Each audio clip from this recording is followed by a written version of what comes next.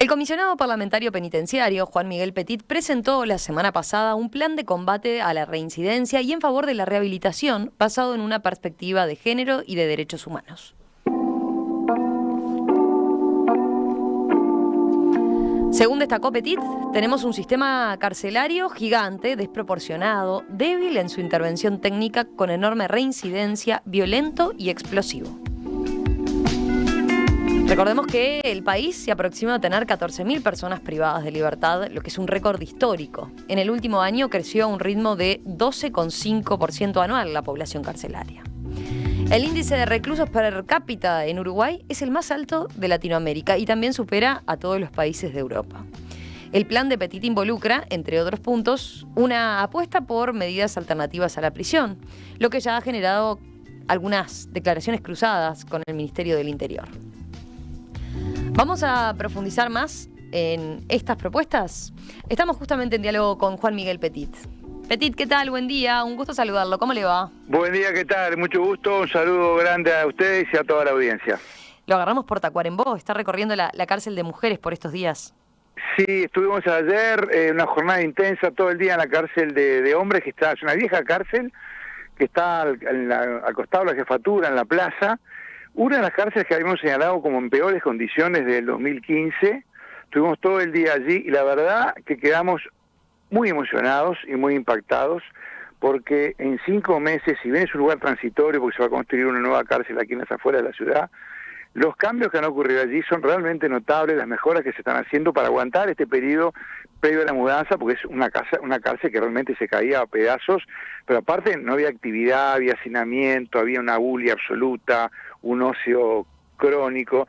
Y bueno, eso cambió muchísimo. Después tuvimos una reunión larga con jueces, fiscales, defensores, el MIDES.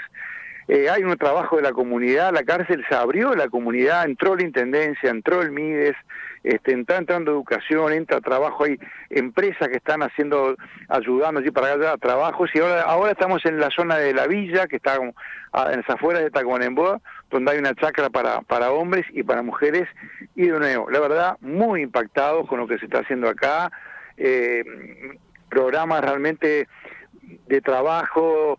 Se está preparando las mujeres bueno, hay 26 mujeres, hay un aumento de la población femenina, a su gran mayoría vinculadas a delitos de estupefacientes y delitos leves, muy leves, que es un tema que hay que profundizar. Claramente yo diría que debe haber cerca una cifra, no está cuantificada, pero más de la mitad de la población femenina no debería estar en la cárcel. Son delitos leves, delitos de hurto, delitos de estupefacientes por modalidades leves, que requieren una atención comunitaria, familiar, medidas de otro tipo para no provocar mayor destrozo. El delito femenino no tiene nada que ver con el delito masculino, es otro mundo. Pero bueno, sí, recorriendo y muy impactados, acá hay producción, la verdad, es muy intenso, muy intenso.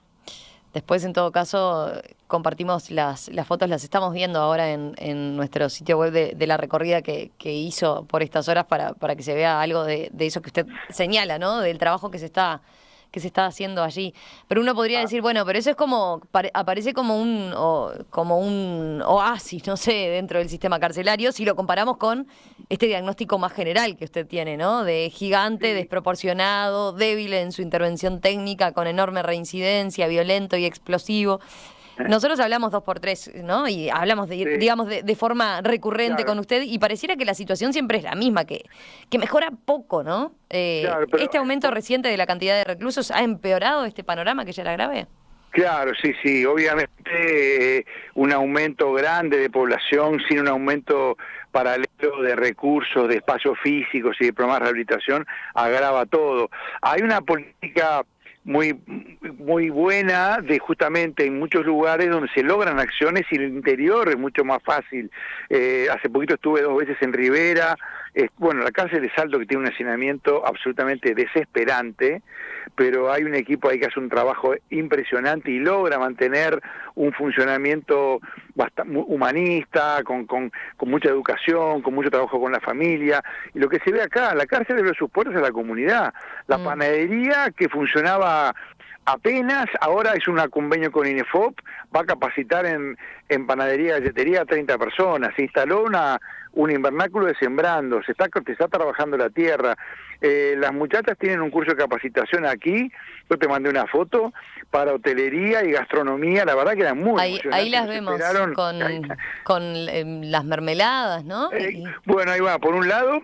Pues hay otra cosa que es muy importante y que esta dirección de la unidad y apoyado por sus autoridades, no están haciendo artesanías para que uno compre por lástima o para dar una mano. Están tratando de trabajar en artesanías, en madera, en materas, en esto que se llama con hilos, de calidad. Cosas que se pueden vender en cualquier boutique de Montevideo, que puede ser un lindo regalo empresarial o personal, para prepararse a salir a competir, no a dar lástima, a competir en el mercado, con tecnología, con calidad, con buenos servicios. Yo creo que eso es una cosa muy importante, fomentando el emprendurismo, que los muchachos y las muchachas que están acá salgan con capacidad de emprender, de tener una iniciativa. No, por supuesto, si pueden conseguir un trabajo también, pero se están formando aquí en carpintería, en herrería. Realmente es muy alentador. Es una población chica, obviamente, acá hay unas 26 mujeres, 20 hombres aquí en la zona de Chacra y 150 personas en aquella cárcel que relativamente pronto se va a mudar. Pero muestra que esto no es una entelequia, no es un planteo de románticos o humanistas nórdicos con algún gen sueco, sino que esto es un pilar fundamental para enfrentar eso que tanto nos duele, y abramos los diarios de hoy con ese crimen espantoso que hubo de un muchacho, un repartidor que fue muerto. Bueno, contra eso es lo que peleamos.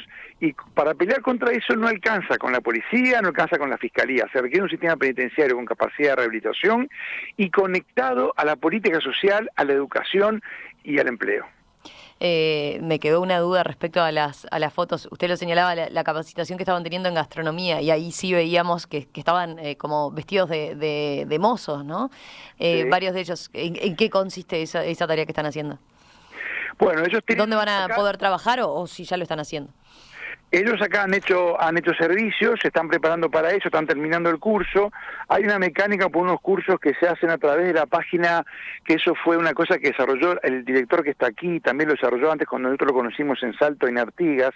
Hay una serie de cursos que se hacen bajo la supervisión de Educa Antel, entonces se le propone, Antel es un área de responsabilidad social y de capacitación que tiene Antel, se les proponen ciertos cursos, en este caso con docentes y con una mecánica local, o sea, no es que Antel mande los docentes y todos los contenidos, se le propone, Antel lo supervisa, observa que efectivamente eso sea un curso razonable, adecuado, y luego entrega el diploma que le da Antel, lo cual es muy importante.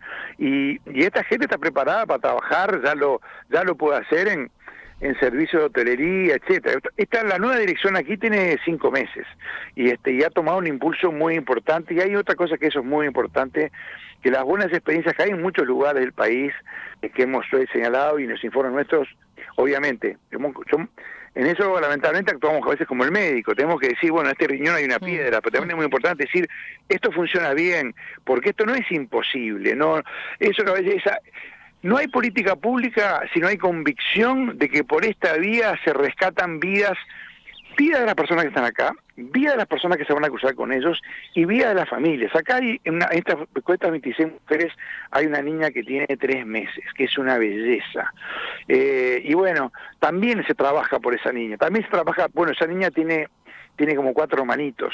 Entonces también acá es una ventana estratégica para la política social. Yo creo que eso de a poco va tomando cuerpo y se va viendo que la cárcel no es un problema de la cárcel, los carceleros y el Ministerio del Interior. La cárcel es una parada estratégica para la política social, pero también para la cultura, también para la capacitación y también para la innovación.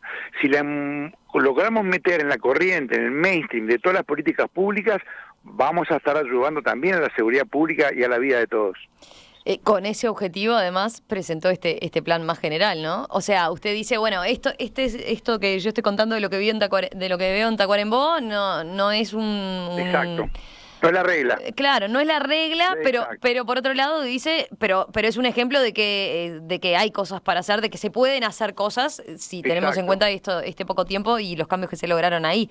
Exacto. Y en ese sentido, a ver, tomo parte del plan para profundizar en las propuestas, ¿no? La propuesta del plan que presentó la semana pasada, que como decía yo, se titula Combate a la reincidencia y en favor de la rehabilitación basado en una perspectiva de género y derechos humanos. La presentación en el Parlamento, ahí usted hizo hincapié en que se basa en 4 pilares, ¿no? El fortalecimiento de las medidas alternativas a la prisión y de la Oficina de Libertad Asistida, la OSLA, el pasaje de la Dirección Nacional de Liberados, la DINALI, al Ministerio de Desarrollo Social para mejorar su capacidad de gestión, una reestructura en el Instituto Nacional de Rehabilitación y su fortalecimiento técnico, y la presencia de la Administración de los Servicios de Salud de ACE en todas las unidades penitenciarias, ¿no?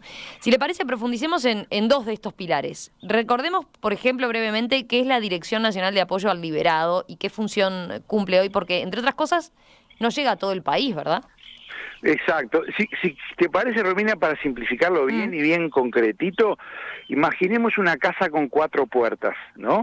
Que es el sistema penitenciario, una casa llena de gente que revienta de gente y que gente que está pasando muy mal y que va a generar muchos problemas cuando salga. Entonces, hay una puerta que es la puerta de ingreso, y ahí nosotros decimos, no hablamos de liberar presos, hablamos de que por ejemplo, acá en Tacuarembó hay 20% de las personas que están presas por hurto. Y uno habla con ellos y uno se da cuenta que son temas, van a estar 4 meses, 6 meses, 8 meses presos, en los cuales la rehabilitación no va a existir, y mucho menos en los grandes penales metropolitanos. Entonces, hay que haber un sistema de penas alternativas diferente que el que hay hoy, consistente, con programas, con seguimiento, con asistencia, con un control de las personas, pero sobre todo con mucha rehabilitación. Esa es la puerta de entrada. Por otro lado, la puerta de la salida.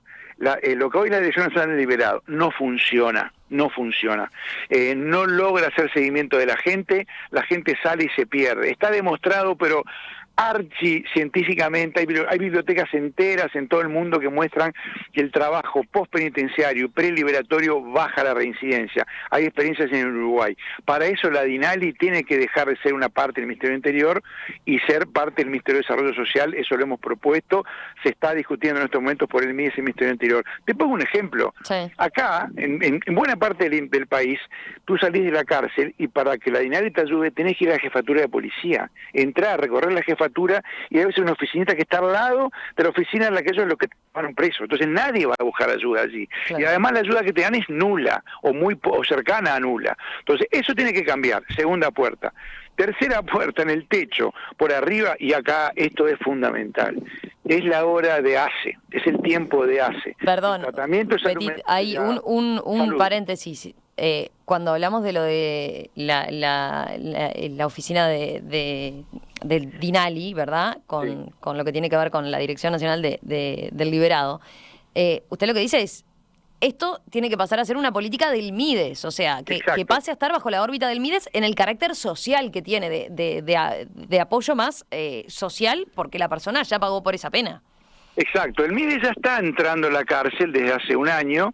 En el CONCAR tiene una oficina que está teniendo excelentes resultados porque hace esa cirugía fina, esa cirugía robótica de ir a hablar con la familia de la persona liberada, que va a ser liberada, ver si tiene trabajo, ver si lo recibe en esa casa, ver si ese proyecto que tiene de vivir con fulano mengano es viable, si tiene lugar en la casa, si tiene trabajo, si tiene los papeles en regla, con quién si va a tener que tener atención instrumental, a dónde va a ir, dónde tiene una policlínica cercana, etcétera, etcétera. Eso ya lo está haciendo el MIDES en el CONCAR. Esa es la tarea típica de preliberación y de seguimiento postliberatorio. Eso es fundamental. Eso baja la reincidencia. Eso ya está más demostrado que los antibióticos. Eso es como discutir si los rayos X son útiles o no en la medicina. Está probado en todo el mundo. Entonces, y después supongo que la idea es, o sea, que esa persona quede como bajo el paraguas, digamos, de alguno de los programas que tiene el MIDES como tal, como Ministerio de Desarrollo Social. Claro, porque es mucho más rápido, mucho más dinámico, mucho más inmediato para el MIDES, esa persona conectarla a un programa, a un centro comunitario o a otros programas de la Intendencia o de ONGs o de empresas o de sindicatos. Tiene toda una dinámica, un ritmo y unas redes de funcionamiento que no tiene la Dirección Nacional de Liberado bajo el Ministerio del Interior. Es una faceta social que el Ministerio del Interior no está preparado ni tiene la estructura, los escalafones técnicos y los incentivos para poder hacerlo.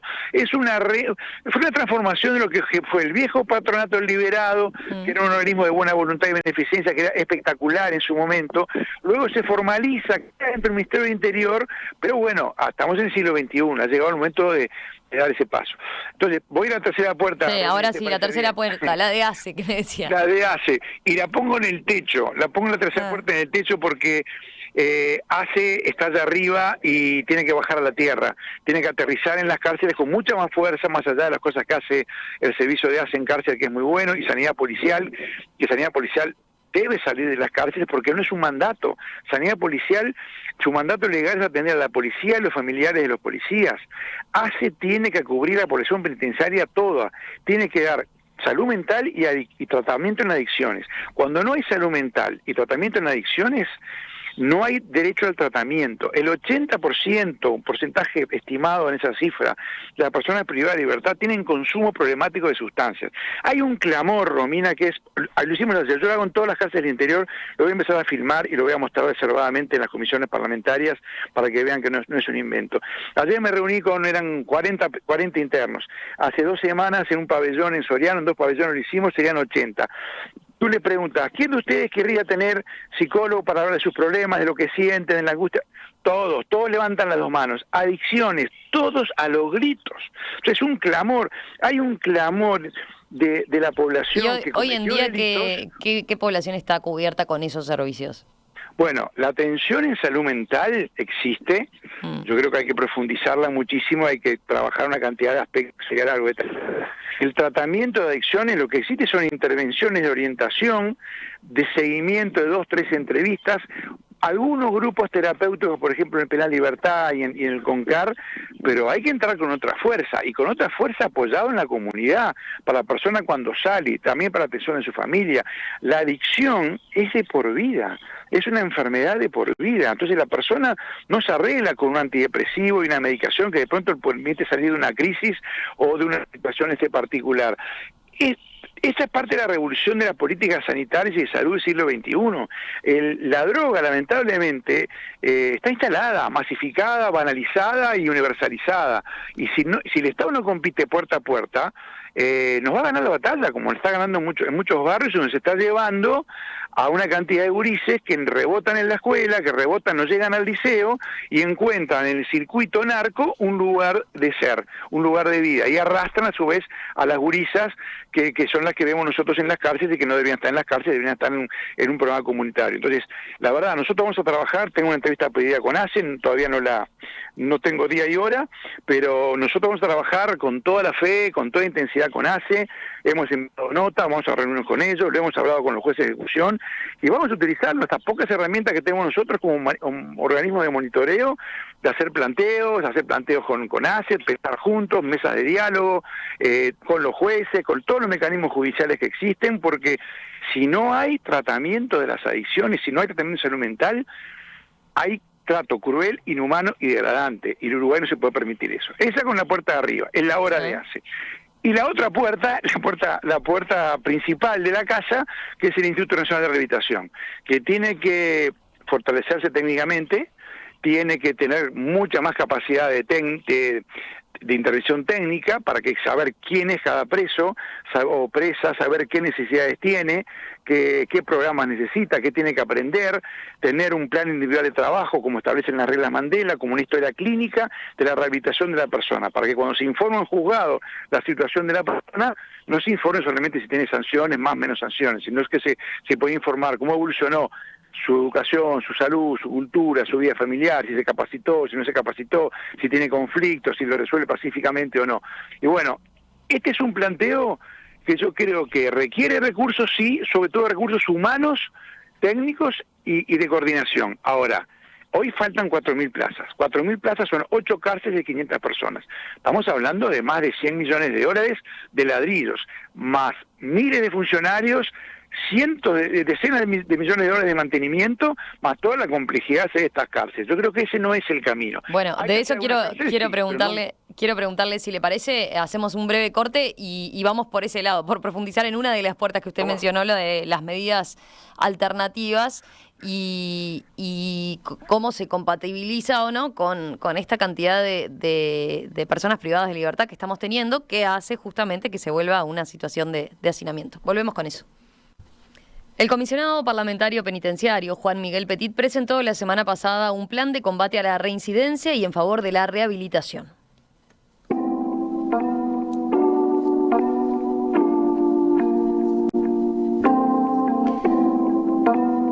Justamente a propósito de este plan es que estamos conversando esta mañana con el doctor Juan Miguel Petit. Vamos a repasar algunas de las principales medidas que contempla allí el plan y que usted mencionaba en el bloque anterior. El pasaje de la Dirección Nacional del Liberado al Ministerio de Desarrollo Social para mejorar su capacidad de gestión. Una reestructura en el Instituto Nacional de Rehabilitación y su fortalecimiento técnico y la presencia de ACE en todas las unidades penitenciarias del país, ¿verdad? Ahí llevamos 3 de las puertas que usted mencionaba, volvamos a la cuarta, que fue con la que empezó también, que es otro de los pilares del programa, que tiene que ver con el fortalecimiento de las medidas alternativas a la prisión y de la Oficina de Libertad Asistida. A ver, concretamente, capaz que tenemos que empezar con una primera apreciación. Capaz que habría que repasar cuáles son las medidas alternativas a la prisión hoy en día, ¿no? Sí, bueno, hoy las medidas alternativas que hay son bastante acotadas en su densidad, bastante pobres. Son muchas veces presentarse a la autoridad, o sea, ir a la comisaría, o por ejemplo que un vehículo policial verifique que la persona está en su casa, a veces con la aplicación de la tobillera, a veces faltan tobilleras, que es esto un tema, en algún caso con el régimen de libertad vigilada especial que había, la persona se aceptaba someterse a un tratamiento, etcétera, pero tenemos en este momento más o menos 10.000 medidas en funcionamiento y un equipo de seguimiento de 20 y poco, 25 técnicos. O sea, obviamente nadie cree en Uruguay en las medidas alternativas. Y yo puedo entenderlo eso. Lo que pasa es que eso es como cuando uno decía, bueno, qué mal que está el hospital tal o cual, como vimos nosotros antes de hace 10 años, todos sabíamos que había hospitales que funcionaban muy mal, que había que esperar horas, que las salas... Y hoy vamos, por ejemplo, a hospitales como, yo qué sé, el Maciel, el mismo Pasteur, que ha sido reestructurado, y se trabaja, es otro el encuadre.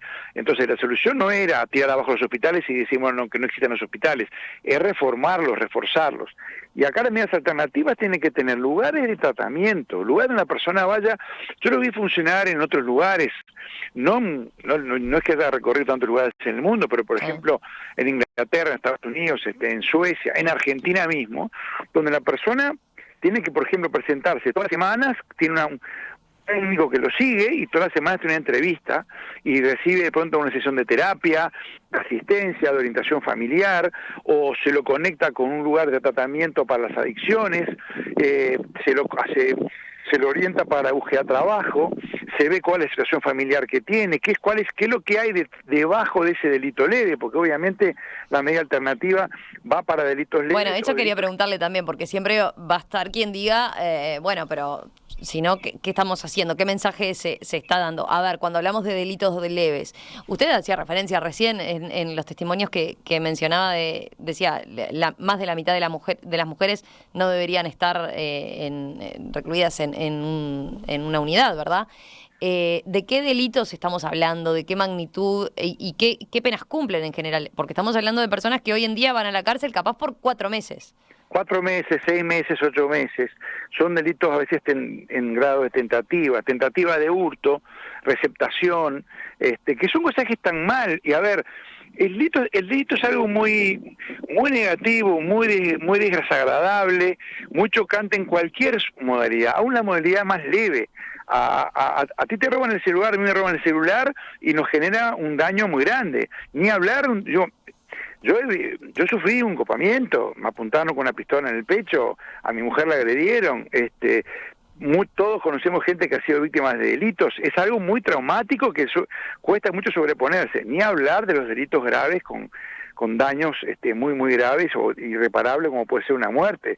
Pero pues frente a eso hay que justamente atacar aquellas situaciones que se puede filtrar, hay que responder a todas hay que responder con rehabilitación, pero sobre todo aquellas que son modalidades leves, modalidades vinculadas a situaciones sociales no resueltas, de desempleo, de exclusión social, de malas condiciones de crianza, etcétera, y que esa modalidad leve, o esa modalidad leve pero legitimada, porque en el barrio está de pronto aceptada la venta, la circulación de pequeñas cantidades de sustancias ilegales, la boca de pasta base, la receptación, el hurto, el rastrillo, una cantidad de cosas que en determinados contextos culturales, por la desesperación de la supervivencia y por encontrar vías alternativas, ascensores sociales alternativos a lo que se encuentra en otros sectores, eso se instala. Bueno, contra eso hay que pelear. Y la cárcel lo único que hace es congelar la situación de una persona y sale mucho peor. Entonces requiere una política, una inteligencia del Estado para poder intervenir en esas situaciones.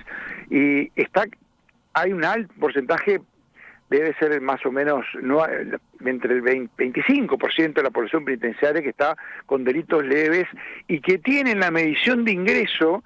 Hay un protocolo internacional que se llama el protocolo BASIS, que mide en general el riesgo de delitos violentos hacia terceros y hacia sí mismo, que es donde los riesgos indican riesgos bajos, o sea que son personas que cometieron delitos que deben rendir cuentas con la sociedad, deben ajustar su situación ante la justicia, porque es una democracia, es una república, y todos aquellos que violan la ley deben hacer una rendición de cuentas de lo que hicieron y deben ponerse al día con la sociedad. Pero ese ponerse al día debe ser de una manera inteligente que permita que esa persona no vuelva a delinquir. Si solamente el Estado se saca las ganas de que, bueno, fulano vendía... tenía una boca de pasta base. Esta señora, como ha habido personas mayores que estaban vinculadas a eso, porque los delitos de estupefacientes hay muy varias especies. Está el que larga un cargamento en un barco, en una caravana de camiones, y está el micronarcomenudeo, donde muchas veces, lamentablemente, eso es todo un enorme tema para hablar otro día, Romina, las mujeres manipuladas. Bueno, pensaba en eso, ¿no? La otra vez hacíamos una entrevista con la organización de Ulises Unidos a partir de esta situación que ha quedado de manifiesto con la falta de plazas directamente y las pocas posibilidades que hay para hasta y las condiciones a las que los niños tienen que ir a prisión con su madre, o por otro lado también el impacto que genera en esos menores, ¿no? Que a veces terminan en un hogar del INAU, que terminan separados de sus hermanos, ni que hablar de su madre porque tiene que cumplir una pena, pero ahí lo que quedaba de manifiesto era una situación... Está bien, uno dirá, no son todas las mujeres que hacen eso, ni mucho menos, pero eran de muchas madres que, de alguna manera, el padre, por ejemplo, o estaba preso, o se había ido, había abandonado a la familia, digamos, y la mujer se encontró con que tenía 4 hijos a cargo, sin posibilidades de salir a trabajar, y el negocio que tenía era ese. Exacto. O directamente, bueno, tenía una pareja que en realidad había conocido por Facebook, que estaba recluido, y en realidad lo que se comprueba después es que lo que hace la mujer es ingresarle a la cárcel droga, por lo cual comete un delito y es penada y puede ir presa, también a cambio de dinero en muchos casos, ¿no? Sí. No estamos hablando de una relación sentimental de años donde la mujer va y le lleva a su marido eso. A veces era simplemente por buscar algo con que mantener a la familia, ¿no? Sí, tristemente en todo el mundo la prisión de mujeres, no solamente las que están con hijos a su cargo o que están criando a sus hijos, sobre los cuales estamos trabajando mucho. Tuve una reunión positiva con el INAO, con el ministro Lema, con el ministro Heber y con el presidente del INAO, Abdala. Estamos trabajando con unas alternativas, estamos elaborando, nosotros estamos haciendo un seguimiento caso a caso de todas las mujeres que están con hijos, pero aún más allá de las mujeres con hijos a su cargo, en general la prisión de la mujer Yo creo, como decía el ministro de Justicia británico, ya no es un tema de reforma penitenciaria, es un tema de revolución penitenciaria. Ahí hay un cambio de eje de coordenadas que tenemos que hacer en este siglo XXI. La amplísima mayoría, yo te dije un porcentaje estimado, pero en realidad es mucho más, no quiero pasarme de rosca, pero la gran mayoría de las mujeres están privadas de libertad por delitos que cometieron en situaciones de manipulación, explotación, uso, abuso frente, lamentablemente, figuras masculinas que se avivaron, las usaron, las explotaron, las manipularon, y las llevaron a cometer delitos. Sin hacer por esto decir, bueno, que no haya ninguna mujer que haya cometido delitos muy probados, claro, que también las hay, también nosotros las dialogamos con ellas, conocemos los expedientes y los conozco en profundidad. Pero en la gran mayoría hay todo un cambio radical, que hemos recomendado que haya una dirección aparte de la dirección técnica del INR, una dirección para el tema mujer, con un fuerte involucramiento con las áreas de género, de otros organismos, de intendencias, del MIDES, etcétera, porque es otro mundo que nada tiene que ver y el sistema las masculiniza, las concariza, y las mujeres terminan tomando todas las actitudes que pasan en los penales más pesados, donde hay mayores con más problemas y menos intervención técnica, todas esas cosas horribles que, como esa sinergia, esa replicación de lo que pasa en algunos lugares, de copamiento de casas, copamiento de celda, presión, extorsión, chantaje, amenazas, etcétera. Bueno, todo eso se traslada del mundo ese masculino al mundo femenino, y no tiene nada que ver, porque cuando se logra desconectar eso, usted realmente tú ves que cambia absolutamente. Ese es todo un tema. Dentro del gran tema penitenciario, ese es un subtema enorme también, muy importante. Pero bueno, estas 4 puertas que yo creo que hay que alterar, yo creo que es mucho más económico, requiere inversión, sí. Sin plata no hay nada. Solo con parches y con muy buenos parches se mejoran muchas cosas, pero no el sistema sigue creciendo. Si a mí me dijera, no, la población baja, porque ¿cuál es la lógica que el sistema no sea gigante? La lógica es justamente poder contener, atender, rehabilitar, y en un caso, como decía, contener a los delitos más pesados. Si tú tenés mezclado los delitos más pesados, las conductas más peligrosas, las más antisociales, las que van a tener un altísimo riesgo de reincidencia, lo tenés mezclados con todos los guriseríos de 18, 19, de 20 años que entraron por suministro de estupefacientes, por tenencia de estupefacientes, por tentativa de hurto, etcétera, etcétera, estás armado, estamos preparando estamos preparando las maras, estamos preparando el crimen organizado, o como existe en las cárceles de Europa, el ISIS, el terrorismo islámico. ¿Dónde se nutre? Se nutre de los desesperados, perdidos y abandonados de los rincones de las cárceles. Entonces acá, si queremos cortar también el circuito del delito organizado, no se arregla con cárceles hipermax, porque eso también lo enseñó Estados Unidos. Se arregla con cárceles eficientes, con rehabilitación, y teniendo en ese sistema de medidas alternativas, que hoy obviamente tiene un gran escepticismo, cambiándolo, sí, con más personal técnico, con más lugares y con un seguimiento intenso. A partir de lo que usted planteó y de algunas declaraciones públicas en estos días, ha quedado de manifiesto, ¿no? Tenemos un problema, que es lo que es hoy en día la población carcelaria. Estamos llegando a casi 14.000 personas privadas de libertad. Un espacio físico que no ha crecido tanto en los últimos años, si bien claramente hay mejores condiciones. Ahora también creció en el último tiempo mucho la población.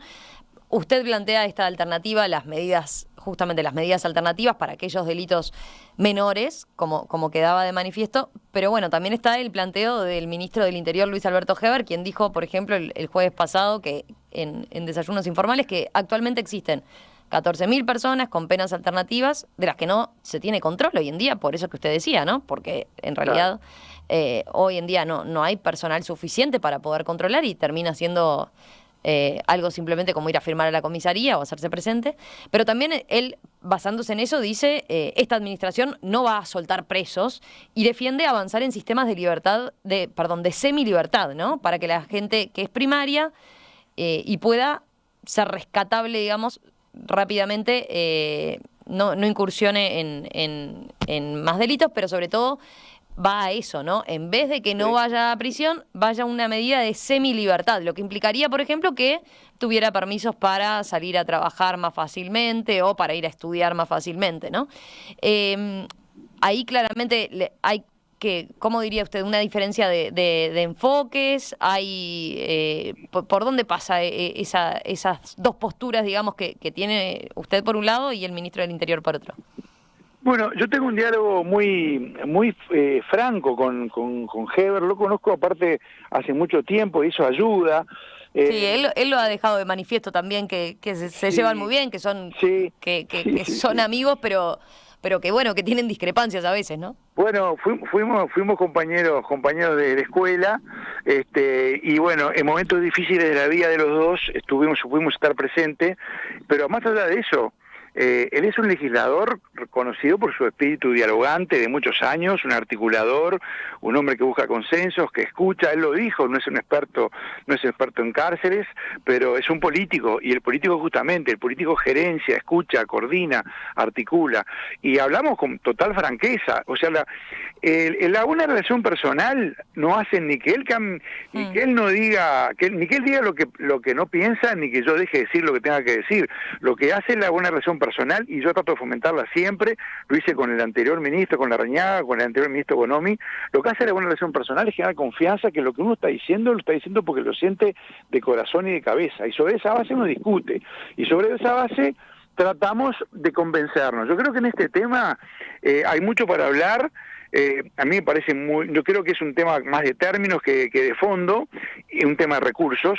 Yo creo que hay batallas para dar, pero hay batallas para darlas que se necesita un escudo, y ese escudo es un proyecto convocante, un plan estratégico, un plan que diga, bueno, no es solamente hacer estos 3 o 4 cosas aquí, una chacra por un lado, una bloquera por otro, una industria por aquí. No, un plan estratégico que diga, tenemos una policía potente, una fiscalía potente, y falta la pata de la rehabilitación. No va a haber seguridad pública sólida si no hay un sistema penitenciario rehabilitador integrado. Eso está archi estudiado en todo el mundo. Entonces, creo que lo que él plantea el régimen de civil libertad es el mismo espíritu. Es que aquellas personas que, porque el delito que cometieron es muy leve, es una señal, es casi una falta, que la falta, como decía un viejo criminólogo italiano Ferri, la falta son delitos enanos, o sea, son delitos porque están en el código, pero son cosas de muy poca entidad. O un delito muy leve, o la persona que viene avanzando en un proceso de rehabilitación, de trabajo, cometió un delito, pero construyó una familia, aprendió un oficio, aprendió a leer y escribir, viene mostrando y vino avanzando en el sistema, puede pasar a regímenes más abiertos. Entonces, hay que construir toda esa línea de ensamblado, ese proceso progresivo, esa línea progresiva, y seguir discutiendo. Está el Consejo de Política Criminal creado, con representantes de la Fiscalía, el Ministerio de Educación, el Ministerio del Interior, y que conecta con el Parlamento a través de nuestra oficina. Bueno, es un espacio. El Ministerio creó un grupo de técnicos, es otro espacio. El Poder Judicial también hay que escucharlo. Yo le llevé mi plan, se lo llevé también al presidente de la Suprema Corte, y bueno, hablamos justamente, el Poder Judicial tiene un rol político también, es un poder del Estado. El Poder Judicial es el responsable de los privados de libertad. El responsable no es el Ministerio del Interior, el responsable último no es el Ministerio del Interior o la policía, es el juez que juzga y manda a ejecutar los juzgados. Por eso nosotros dialogamos mucho con los jueces de ejecución. La salud pública, también se lo llevé al ministro Salinas. Y ojo, yo no pretendo que esto sea la farmacopea mágica que va a solucionarlo todo. Es una está bien. Usted lo que dice para discutir y para tratar de avanzar. Lo que me señala con eso es, podrían ser cosas que fueran de la mano, ¿no? No es un camino u otro. Yo ponía el foco en, sobre todo, lo que él decía de esta administración no va a soltar presos, lo que también es un clamor de la opinión pública en muchos casos, ¿no? Y por eso entiendo que él como político también quiere mandar ese mensaje de tranquilidad de que esta administración no va a soltar presos. Él hace énfasis en eso. Capaz que tiene que ver con lo que usted ha señalado de que la sobrepoblación que hay también requeriría un proceso de desinstitucionalización, ¿no? Bueno, yo creo que a la larga digamos, esta fórmula que llamarle, yo me he animado a bautizar a la fórmula Texas, porque es en Texas donde encontramos el mejor modelo de esto. Texas iba a construir 12 cárceles, millones y millones de dólares para eso, un estado con una legislación durísima, o sea, son duros entre los duros, mucho más duros que los más duros de nosotros. Cárceles durísimas, de máxima seguridad, penas largas, cero medidas alternativas, cero beneficios carcelatorios, cero bajo tratamiento, etcétera, etcétera. Se dieron cuenta que ese sistema, que si bien satisfacía a la opinión pública, a la larga generaba delitos, porque las personas que salían reincidían, porque se generaban maras, se generaba crimen organizado, y la familia de los presos eran los nuevos delincuentes, o los nuevos autores de delitos. Entonces, luego de mucho estudio estadístico, como hacen en Estados Unidos, dijeron, no, vamos a invertir menos de la 10ª parte en esa millonada de dólares y vamos a hacer esto, vamos a hacer medidas alternativas en serio, vamos a hacer seguimiento, vamos a algunos casos que vaya el asistente social, como vamos en las películas, van al asistente social con el policía a la casa de la persona que está con la medida alternativa, le preguntan cómo está, qué está haciendo, etcétera, etcétera, porque también hay un elemento de seguridad que no se pierde por ese lado. Entonces, hicieron eso, trabajaron con las familias, buscaron mecanismos de seguimiento postpenitenciario, intervinieron en salud mental, separaron lo que son las patologías de salud mental de lo que es el delito y intervinieron mucho en el tratamiento de adicciones, ampliando cupos afuera, y por eso fue que hablé con el ministro de Salud Pública, porque esto no es solamente lo que pasa dentro del recinto de la cárcel. Hay unas 500 y pico de personas que salen todos los meses liberadas de las cárceles, y entran más, están entrando más todos los días, estamos a muy poquito, en breve vamos a llegar a 14.000 personas. Y yo, de ninguna manera esto se plantea liberar presos ni amnistía. Lo que el problema no es que haya que liberar presos, el problema es que ya no va a haber dónde ponerlos. Entonces, en algún momento el Poder Judicial, como ha pasado en algunos países, el Poder Judicial puede decir, vamos a tener que hacer una moratoria, porque yo no puedo mandar a una persona a una celda con otras 14 personas, porque sé que voy a estar incumpliendo el mandato institucional. Entonces, la teoría de este modelo, la fórmula Texas, lo que apunta es a deshinchar este macrosistema, ganar en eficiencia, ganar en rehabilitación, ganar en seguridad, ganar en la articulación de política pública, en innovación, en transformación, y que el Estado se ahorre una montaña de millones de dólares. O sea, lo que usted está diciendo es que desde el punto de vista económico o de inversión puede ser viable, porque se trata de toda una reingeniería que implique eso, hacerlo más eficiente, o sea, implicaría menor gasto y mejores resultados, a largo plazo por lo menos, ¿no? Yo creo que además tiene otra ventaja, perdón que hable bien del plan que yo propongo, ¿no? Está muy mal eso, ¿no? Pero bueno, lo hemos estudiado con el equipo, sí. No ese resultado de estos 6 años de trabajo, de preguntar afuera, de preguntar en otros gobiernos, en consultar, en hablar con mucha gente, y lo que tiene esta línea de trabajo, estas 4 líneas de trabajo, es que no son caminos sin salida. Usted lo puede empezar y ve cuál va siendo el resultado. Si después quiere construir 14 cárceles y consigue, no sé, a Rico McPato que le dé 350 millones de dólares, bueno, yo creo que no es el camino. Creo que Uruguay esa millonada de plata la puede destinar a una cantidad de áreas sociales y productivas y de inversión mucho más redituales, también para la seguridad pública y también para los derechos humanos. Pero en todo caso, es un camino para empezar a hacer la intervención, el tratamiento y ver cómo resulta. Yo creo que no es casualidad que la fórmula Texas, muchos estados de Estados Unidos, y el Congreso americano la aprobó después en una ley nacional, la First Step Act, o ley del primer paso, en el cual muchos estados están siguiendo esa fórmula. Vamos a decir toda la película. En algunos estados le fue tan bien como en Texas, que Texas no construyó las 12 cárceles, cerró 2 cárceles y bajó la cantidad de delito y bajó la reincidencia. En otros estados le fue mal, hicieron lo mismo y aumentó el delito. O sea, es un proceso que hay que estudiarlo mucho, trabajarlo mucho, seguirlo de cerca, articular muchos organismos.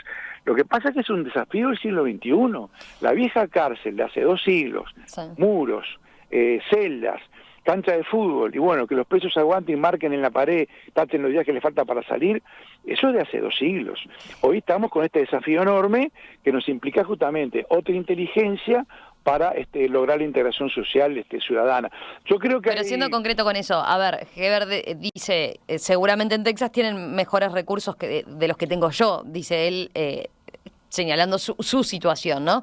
Mi pregunta concreta es, ¿ustedes tienen cuantificado aproximadamente esto? Digo, pensando en, el Ministerio del Interior dice, bueno, vamos a invertir en 3 cárceles, ¿no? En la construcción de 3 cárceles. ¿Usted entiende que esas cárceles no deberían hacer, que parte de esos recursos se podrían destinar ya a ir cambiando el modelo como tal? ¿Y cuánto implicaría de inversión? Si se puede dar con los recursos que están planteados hoy en día entre lo que es el presupuesto destinado al sistema carcelario más estas inversiones que se han anunciado. Sí, yo no tengo el detalle exacto, pues no he sido informado exactamente cuáles cárceles están pensando. Sé que se está hablando de una cárcel nueva en 33, en Artigas y en Tacuarembó. Esas son cárceles chicas, son todas cárceles para 200, 250 personas. El faltante de lugares es mucho más grande que eso, y se abre una cárcel de máxima seguridad que sería, creo que un módulo 2 en el penal de Libertad, cuyos detalles no los tengo. Yo no digo que eso no sea necesario, no hay duda que es necesario. La cárcel de 33 también ediliciamente no tiene arreglo, la de Artigas no tiene arreglo, Tacuarembó no tiene arreglo, sin duda que hay que cambiarlas, y hacer una máxima seguridad para delitos justamente graves, que tienen mucha conexión con el exterior, internacionales, o inclusive delitos que son de personas que están por ser extraditadas, sin duda que requieren una particular estructura.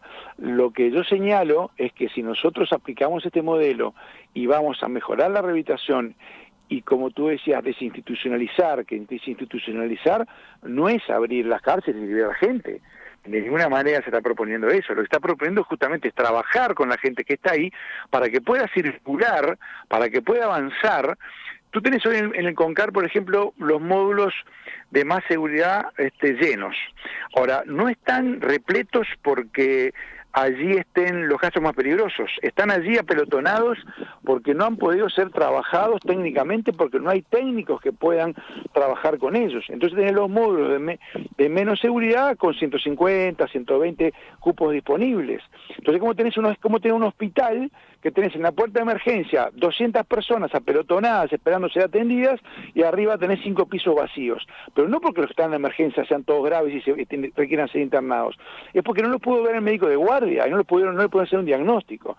Ese tipo de cosas son las que no estamos diciendo, que circule el agua, que haya progresividad, y eso requiere seguridad, sin duda, pero requiere trabajo técnico, operadores penitenciarios y equipos técnicos y trabajo fino con las personas. Y ahí eso, obviamente, no es solo el Ministerio del Interior.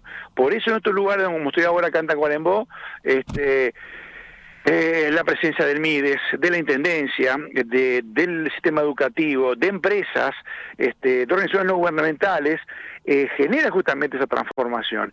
Y entonces los casos más graves, los casos más complicados, los casos más peligrosos, los casos de crimen organizado, no se pierden de vista y tienen tratamiento especial, que no quiere decir que no sea técnico, especial que requieren. Pero para la gran masa de personas que pueden tener otro tipo de tratamiento, y que además por debajo de ellos hay familias y miles de niños que con el deterioro de esa persona también se van a deteriorar ellos y van a entrar en estrategias de supervivencia ilegales, o ilegales o de transgresión de algún tipo. El delito, el narcotráfico, el trabajo sexual que tanto mal le hace a muchísimas mujeres jóvenes que se enganchan en eso y se enganchan en el narcotráfico, en la droga de nuevo, y se enganchan con una cantidad de veces de personas inescrupulosas que las utilizan para la pantalla, el ocultamiento de otros delitos, que es otra gran faceta que un día va a haber que hablar. Entonces, esto es decía Cortázar, un modelo para armar, que presentamos con toda la modestia, de decir, bueno, acá hay algunas piezas, pensemos juntos, pensemos en el Consejo, pensemos en el Parlamento, en la Comisión de Seguimiento Carcelario. Esto requiere esto no es un tema de partido, no es un tema de una administración u otra, es un tema nacional, no pasa por una ley, no es un tema de LUC sí o LUC no, no tiene mucho que ver con eso, es más bien qué capacidad tenemos de desarrollar una política pública para uno de los grandes desafíos del siglo XXI. Doctor Juan Miguel Petit, comisionado parlamentario penitenciario, muchas gracias por estos minutos esta mañana aquí en Perspectiva. Seguimos en contacto, volvemos a conversar en cualquier momento. Un gusto, Romina y equipo, un saludo a ustedes y a la audiencia. Muchas gracias. Que pase bien.